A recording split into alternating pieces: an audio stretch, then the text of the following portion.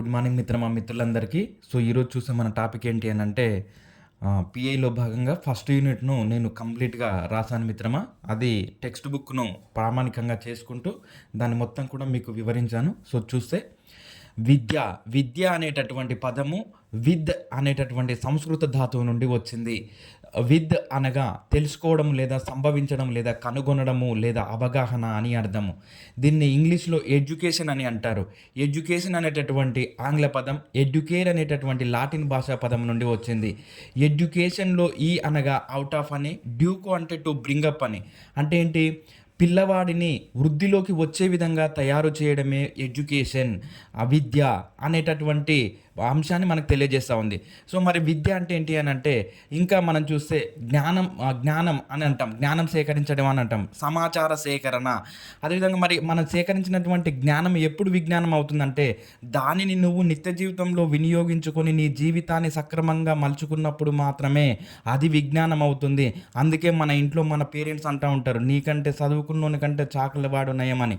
ఎందుకు అని అంటే మనం ఆ విధంగా అంటే మనం చదువుకున్నటువంటి జ్ఞానము అక్కడ ప్రదర్శించబడకపోతే మనము వ్యర్థము అనేటటువంటి విషయాన్ని ఆ సామెత తెలియజేస్తూ ఉంది. అలా మనం ఏంటి అని అంటే మనం నేర్చుకున్నటువంటి జ్ఞానము మన నిత్య జీవితంలో ఉపయోగించుకొని మన ప్రవర్తనను మన బిహేవియర్ను మార్చుకుంటే అప్పుడు అది విజ్ఞానం అవుతుంది తప్ప అది లేకపోతే జ్ఞానం కాదు. అది నువ్వు చదువుకున్నది విద్యే కాదు. మిత్రం, అందరూ విద్య అంటే ఏమంటున్నారంటే జ్ఞానం అంటున్నారు. జ్ఞానం కాదు, ప్రవర్తనలో మార్పు. ఏం ప్రవర్తనలో మార్పు రావాలి? నువ్వు మాట్లాడే విధానంలో, నువ్వు కూర్చునే విధానంలో, నువ్వు నలుగురు వ్యక్తులతో కలిసి నడిచే విధానంలో, ఇవన్నిటిలో కూడా ప్రవర్తనలో మార్పు రావాలి. నీవు మీ ఇంటికి వచ్చినటువంటి పెద్ద మనుషులతో ఎలా మాట్లాడుతున్నావు, బంధువులతో ఎలా మాట్లాడుతున్నావు, ఇదంతా కూడా విద్య అంటే జ్ఞానం కాదు, ప్రవర్తనలో మార్పు. గుర్తుపెట్టుకోండి, మనం నేర్చుకున్నటువంటి విద్య మనలో మార్పును తీసుకురావాలి. అప్పుడు మాత్రమే జ్ఞానం అవుతుంది. మరి ఇలా మనం చూస్తే వేదకాలంలో విద్య వచ్చేసి ఇది వేదకాలాన్ని మనం క్రీస్తు పూర్వం 1400 నుంచి 600 వరకు తీసుకుంటాం. ఇక్కడ వేదము అనగా జ్ఞానం. మనకు 4 వేదాలు కలవు. అవి ఋగ్వేదము, యజుర్వేదము, సామవేదము, అథర్వణ వేదం. మరి వేదకాలంలో విద్య యొక్క అంతిమ లక్ష్యం ఏంటి అని అంటే మోక్షం సాధించడం. మోక్షం అంటే ఏంటి అని అంటే మన ఆత్మను పరమాత్మతో అనుసంధానం చేయడాన్ని మనము మోక్షం అని అంటాము. అంటే ఇంకో పునర్జన్మ లేకుండా ఉండడం. నేను సాధించాల్సినటువంటి విజయాలన్నీ కూడా, సత్కర్యాలన్నీ కూడా ఈ దశలోనే చేపించు తండ్రి దేవుడా అని మనం కోరుకోవడం అనమాట. అంటే మన ఆత్మను తీసుకువెళ్ళి పరమాత్మతో అంకితం చేయడాన్ని, అనుసంధానం చేయడాన్ని మనం మోక్షం అని పేర్కొంటాం. మరి అప్పుడు వేదకాలంలో సమాజం 4 వర్గాలుగా ఉంది. అదేంటి అని అంటే బ్రాహ్మణులు, క్షత్రియులు, వైశ్యులు, శూద్రులు. ఈ బ్రాహ్మణులకు వేదాలు, పురాణాలు, ఉపనిషత్తులు బోధించేవారు. క్షత్రియులకు రాజనీతి శాస్త్రము, దేహదారుఢ్యము, ధర్మరక్షణ బోధించేవారు. వైశ్యులకు ఆర్థికం, వాణిజ్యం, వ్యవసాయం గురించి బోధించేవారు. శూద్రులు సేవకులుగా ఉండేవారు, విద్యకు దూరంగా ఉండేవారు. అంటే వాళ్ళను చదువుకోవడానికి వీలు లేదని సేవకులుగా మార్చేశారు. తర్వాత మరి జీవిత దశలు ఎట్లా 4 రకాలుగా ఉండేవి. బ్రహ్మచర్యము, గృహస్థాశ్రమం, వానప్రస్థాశ్రమం, సన్యాసాశ్రమం. బ్రహ్మచర్యంలో విద్యార్థి దశ అంటే గురుముఖంగా ఉండి, గురువుకు దగ్గరగా ఉండి విద్యను అభ్యసించేటటువంటి దశ బ్రహ్మచర్యం. సంసార జీవితం గడుపుతూ మరొక తరాన్ని సృష్టించే దశ గృహస్థాశ్రమం. సమాజ సేవ అని అంటే ఎప్పుడైతే ఈ సంసార జీవితం కంప్లీట్ అవుతుందో సమాజంలోకి వచ్చి ఆచార్యతత్వం తీసుకొని సమాజానికి సేవ చేసేటటువంటి దశ వానప్రస్థాశ్రమం. సన్యాసాశ్రమం అంటే ఇంక ఇవన్నీ వదిలేసి కేవలము మోక్షం కోసము ప్రయత్నం చేస్తూ ఆశ్రమాలలో, దేవాలయాలలో గడపడమే సన్యాసాశ్రమం. తర్వాత మరి ఇక్కడ గురుకులాల ప్రవేశం. ఇక్కడ ఉన్నటువంటి పాఠశాలను గురుకులాలు అని పిలిచేవారు మిత్రమా. మరి ఆ గురుకులాలలోకి ప్రవేశ కార్యక్రమాన్ని ఏమని పిలిచేవారంటే ఉపనయనం అని పిలిచేవారు. ఉప అంటే సమీపము, నయనం అంటే జ్ఞానము లేదా నేత్రము. అంటే జ్ఞానానికి సమీపంగా వెళ్ళడమే ఉపనయనము. ఈ ఉపనయనం స్వీకరించినటువంటి పిల్లలను, ఆ విద్యార్థులను అంతేవాసి లేదా గురుకులవాసి అనేవారు.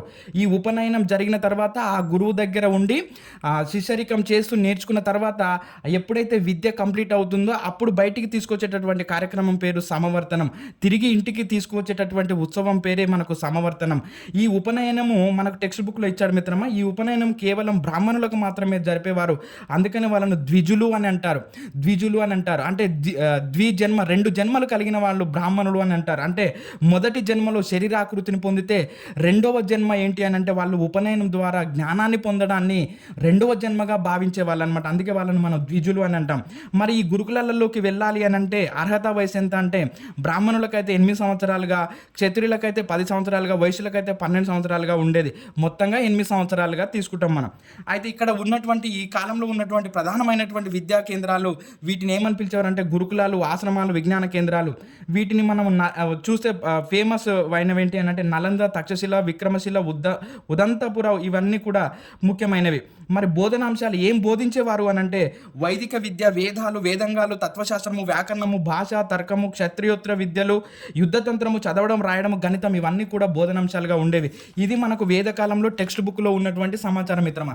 దానిని ఇలా మనము విడదీసుకుంటూ వెళ్ళాలి. రైట్. మరి చూస్తే బౌద్ధ కాలంలో విద్యా విధానం చూద్దాం. బౌద్ధ కాలంలో విద్యా విధానం చూస్తే హిందూ విద్యా విధానంలోని లోపాల కారణంగా క్రీస్తుపూర్వం 6వ శతాబ్దంలో ప్రారంభమైందే బౌద్ధ విద్యా విధానం.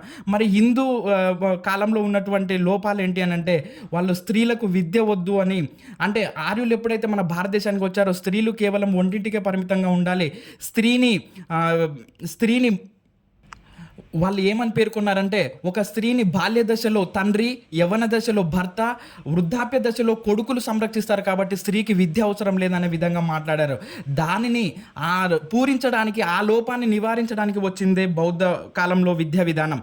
ఈ బౌద్ధ విద్యా విధానం ఏమన్నది అని అంటే అందరికీ విద్య, కులము లేదు, మతము లేదు, అంటే లింగము లేదు, ఎవరైనా చదువుకోవచ్చు, అందరూ చదువుకోవచ్చు అనేటటువంటి కారణంతో ఈ బౌద్ధ కాలంలో వచ్చినటువంటి విద్యా విధానం బాగా ఫేమస్ అయింది, బాగా ప్రాముఖ్యతను సంతరించుకుందనమాట. మరి చూస్తే ఇక్కడ ప్రవేశ కార్యక్రమం పేరు ఏం పేరు అని అంటే అక్కడ ఆ బౌద్ధ ఆరామాలలోకి వెళ్ళడానికి చేసేటటువంటి కార్యక్రమం పేరు ఇంతకుముందేమో మనము ఏమన్నాము అని అంటే ఉపనయనం అన్నాం. ఇక్కడ ఏంటి అని అంటే పబ్బజ అంటే ఈ పబ్బజ స్వీకరించినటువంటి విద్యార్థులను, పిల్లలను సమీర్ లేదా సమనయరులు అని అంటారు.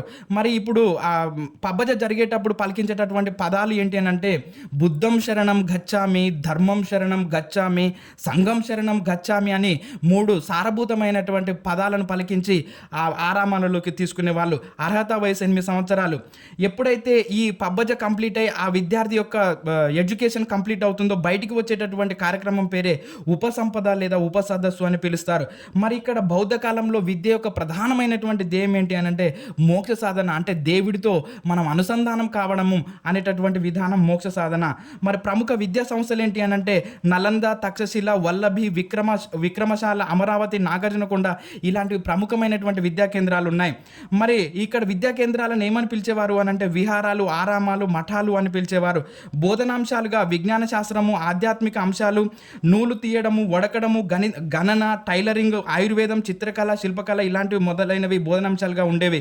మరి ఇక్కడ బౌద్ధ మతం యొక్క ప్రధానమైనటువంటి మత గ్రంథాలు త్రిపీఠకాలు అంటారు. అవేంటి అని అంటే వినయ, సుత్త, అభిధమ్మ, వీటిని బోధించేవారు.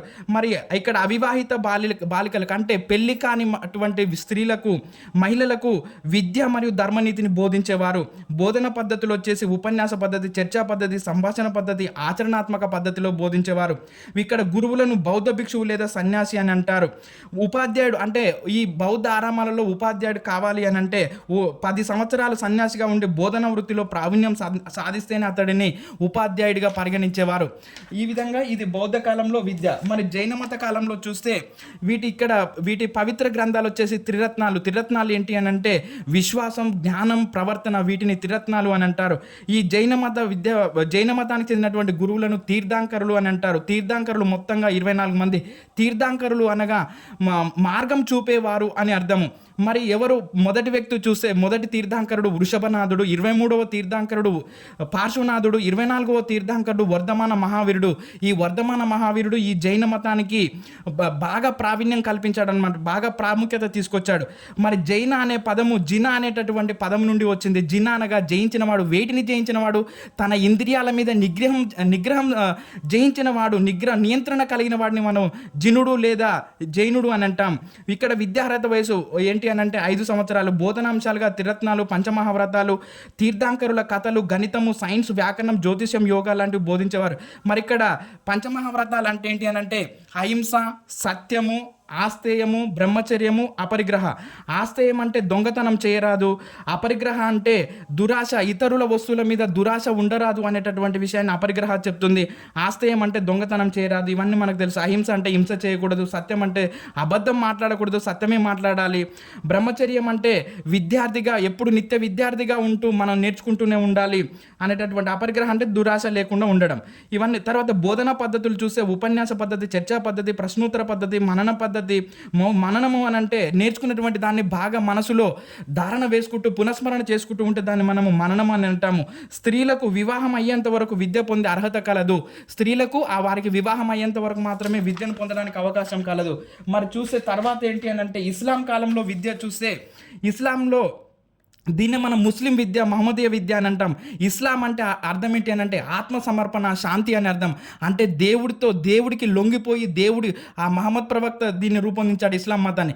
మహమ్మద్ ప్రవక్త గారు రూపొందించినటువంటి మతానికి మనం లొంగిపోయి, అంటే ఆ ఇస్లాం అంటే ఈ అర్థం ఆత్మ సమర్పణ, శాంతి, ఆ దేవుడికి లొంగిపోయి ఉండడాన్ని మనము ఆ దేవుడిలో లీనం కావడానికి ప్రయత్నం చేయడమే ఇస్లాం అని అర్థం. మరి ఇక్కడ ప్రవేశ కార్యక్రమం పేరు ఏంటి అని అంటే బిస్మిల్లా. ఈ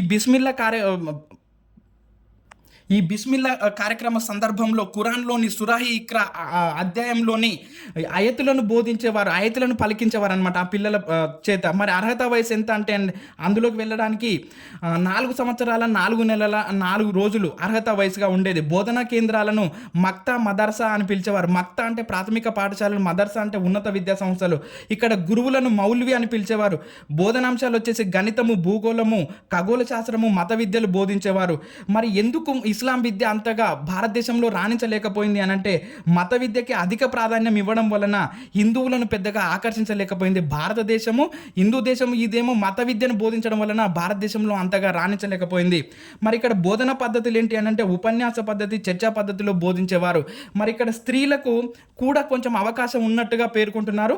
ఆ స్త్రీలకు జరిపేటటువంటి ప్రవేశ కార్యక్రమం పేరేంటి అని అంటే జార్ఫా ఫానీ లేదా జరీఫ్షానీ అనే వాళ్ళు ఎక్కువగా ఈ స్త్రీ విద్యకు ప్రాధాన్యం ఇవ్వలేదు, కానీ ఖురాన్ చదవడానికే పరిమితం చేశారు స్త్రీలను. వాళ్ళకి జరిపేటటువంటి ప్రవేశ కార్యక్రమం జర్ఫా ఫానీ లేదా జరీఫ్షానీ. మరి ఇక్కడ ఈ అబ్బాయిలకైతేనేమో బిస్మిల్లా అనే పేర్కొన్నారు. ఈ విధంగా ఇస్లాం కాలంలో విద్య. మిత్రమా, ఇప్పుడు మీరేం చేస్తారు అని అంటే ఫస్ట్ యూనిట్ మనకు కంప్లీట్ అయింది. ఇప్పుడు మీరేం చేయాలి అని అంటే ఇలా సామీప్య అంశాలను ఇట్లా రాసుకుంటూ వెళ్ళండి. వేదకాలంలో విద్య, బౌద్ధ కాలంలో విద్య, జైన కాలంలో విద్య, ఇస్లాం కాలంలో విద్య, స్వదేశీ విద్య, 19వ శతాబ్దంలో స్వదేశీ విద్య ఎలా ఉంది అనేటటువంటి విషయాన్ని మనం చూసుకుంటూ వెళ్ళాలి. మరి స్వదేశీ విద్య ఎలా ఉంది అని అంటే స్థిరమైన కాల పరిస్థితులు లేవు. పాఠశాలలను దేవాలయాలలో కానీ, పోషకుల ఇళ్లల్లో కానీ, ఉపాధ్యాయుల ఇళ్లల్లో కానీ బోధించేవారు. బోధనాంశాలు వచ్చేసి రీడింగ్, రైటింగ్, అర్థమెటిక్ను బోధించేవారు. ముద్రించిన పుస్తకాలు, కాగితాలు వాడలేదు. మానిటోరియల్ పద్ధతి అంటే పర్యవేక్షణ పద్ధతిని ఉపయోగించేవారు.